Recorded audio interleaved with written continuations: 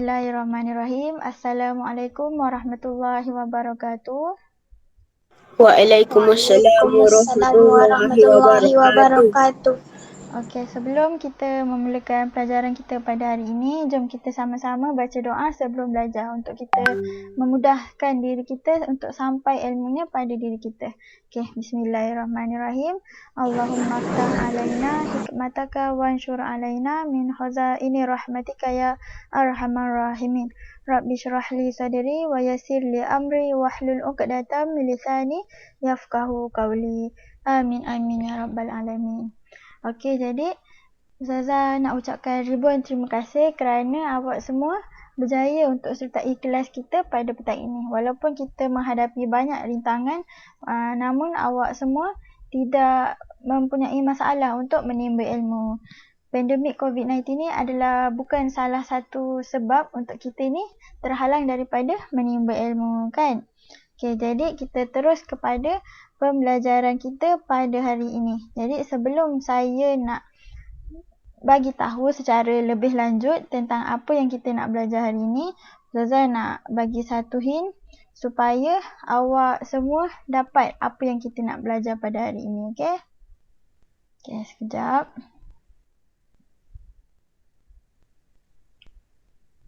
Okey, dah dapat?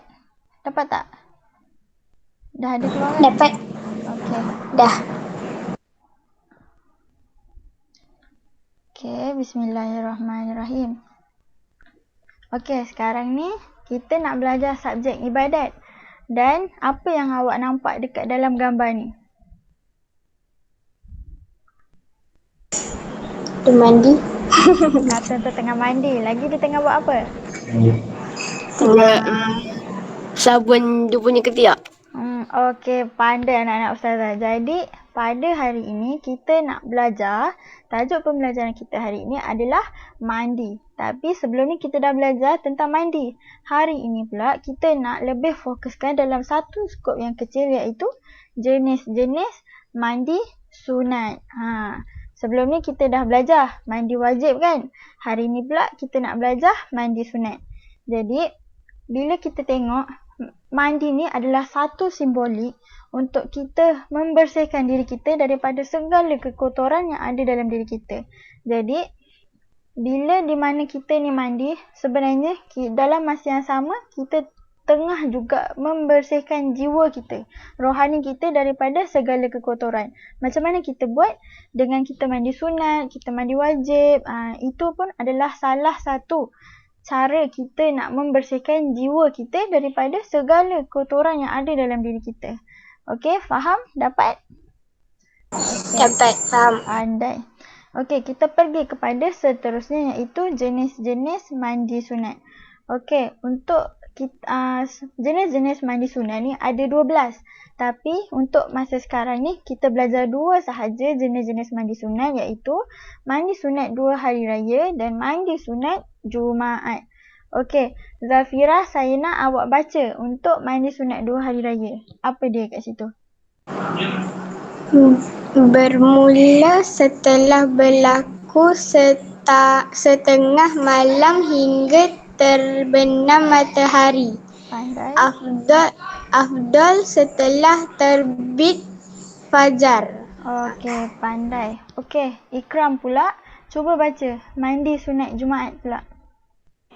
Bermula daripada keluar fajar hingga seseorang putus asa dari hidup hendak melakukan solat Jumaat. Afdal ketika hampir pergi solat Jumaat. Okey, pandai. Tahniah kerana awak semua lancar ketika membaca. Okey, untuk mandi sunat 2 hari raya, kita tengok dekat situ yang pertama adalah bermula setelah berlaku setengah malam hingga terbenam matahari. Jadinya, apabila awak ingin menunaikan mandi sunat 2 hari raya, apa dia 2 hari raya ni adalah Aidilfitri dan Aidiladha. Jadi, apabila awak, kita kan dah mula untuk mandi, kita kan hari tu dah melalui tempoh hari raya Aidilfitri. Jadi pada pagi hari raya tu, kita boleh mandi sunat. Kita niat dalam jiwa kita, dalam diri kita ni, sahaja aku mandi sunat hari raya Aidilfitri kerana Allah Ta'ala. Itu pun dah dapat pahala. Mandi sunat 2 hari raya ni bukannya sahaja orang yang pergi mandi sunat je boleh mandi, orang yang tak pergi solat tak boleh mandi. Tidak, orang dia tak kisah walaupun awak solat ke, walaupun awak tak solat ke, awak tetap boleh mandi sunat 2 hari raya sebab ianya umum, terbuka, tidak ada masalah. Kalau awak tidak mempunyai peluang untuk solat, awak boleh mandi sunat ketika itu. Jadinya ianya afdal ketika setelah terbit fajar. Jadinya waktu setelah terbit fajar ini lingkungan pukul 8 gitulah. Jadi waktu tu awak dah boleh mandi dah. Jadi kita kan contohlah Zafira kan uzur waktu tu, tak boleh solat. Dia dah tak dapat pahala solat hari raya. Jadi nak dapatkan pahala lebih, bolehlah mandi sunat supaya Zafira dapat sangat banyak pahala waktu tu kan. Kalau mandi sunat Jumaat pula, ianya bermula daripada keluar fajar hingga seseorang putus asa dari hendak melakukan solat Jumaat. Jadinya apabila seseorang tu nak menunaikan solat Jumaat, ianya lebih afdal. Kalau awak ni yang lagi-lagi macam ikram kan, solat Jumaat kan, nanti awak kan nak pergi solat Jumaat tu, contoh awak pergi solat Jumaat pukul 1, dalam pukul 12.30 tu baru awak niat mandi sunat Jumaat. Tu lebih afdal daripada awak mandi sunat Jumaat tu awal-awal pagi. Macam tu lah. Dia tak kisah kalau awak nak mandi awal-awal pagi, tapi ianya lebih afdal jika awak pergi mandi sunat Jumaat tu ketika hampir waktu nak pergi solat Jumaat. Okey, sekarang ni kan dekat ayat ni ada kata bermula daripada keluar fajar hingga seseorang putus asa dari hendak melakukan solat Jumaat. Siapa faham arti putus asa dari hendak melakukan solat Jumaat tu? Maknanya orang yang putus asa nak melakukan solat Jumaat tak boleh solat lah, macam tu Siapa faham?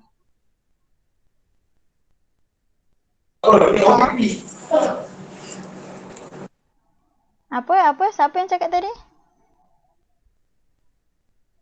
Saya kata saya tak faham. Okey, tak apa. Tak faham, saya boleh terangkan. Okey, maksud putus asa kat situ maknanya mandi sunat Jumaat ni ianya dilakukan kan selepas terbit fajar. Jadi waktu fajar sidik tu ianya sehingga waktu Jumaat. Kalau awak mandi lepas solat Jumaat, tak dapat pahala mandi sunat Jumaat. Faham tak? Kiranya awak akan dapat pahala mandi sunat Jumaat tu apabila awak sebelum melakukan solat. Contoh awak ikram dah balik solat Jumaat tu baru nak niat mandi sunat Jumaat, dah tak dapat pahala mandi sunat Jumaat lah. Macam tu umpamanya. Walaupun ikram tak dapat pergi solat Jumaat, tapi dia mandi selepas terbit fajar sehingga waktu solat Jumaat, dia dapat pahala mandi sunat tersebut walaupun ikram tak dapat pergi solat Jumaat. Okey, terang? Faham? Faham? Okey, pandai.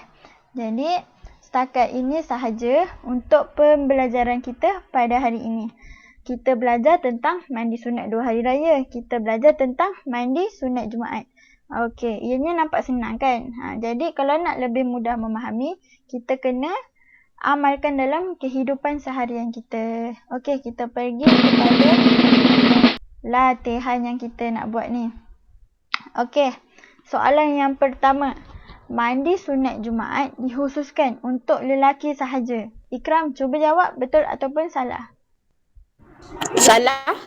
Salah. Okey, kita tengok betul ke tak. Okey, nombor 2. Mandi pada hari raya Aidil Adha adalah sunat. Zafira, cuba jawab betul ataupun salah.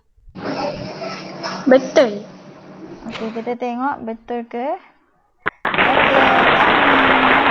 Pandai. Kita tengok kepada soalan yang ketiga, iaitu mandi sunat hari raya afdal setelah terbit fajar. Ikram, betul ataupun salah? Betul? Betul. Yakin? Okey, kita tengok. Okey, pandai. Kita pergi ke soalan yang seterusnya. Mandi sunat Jumaat hanya dibenarkan pada hari Jumaat sahaja. Betul ke salah? Untuk Zafira. Betul. Betul. Okey, kita tengok betul ke salah. Okey, pandai. Kita pergi kepada soalan yang terakhir. Mandi sunat 2 hari raya hanya untuk mereka yang menunaikan solat sahaja. Betul ke salah, Ikram?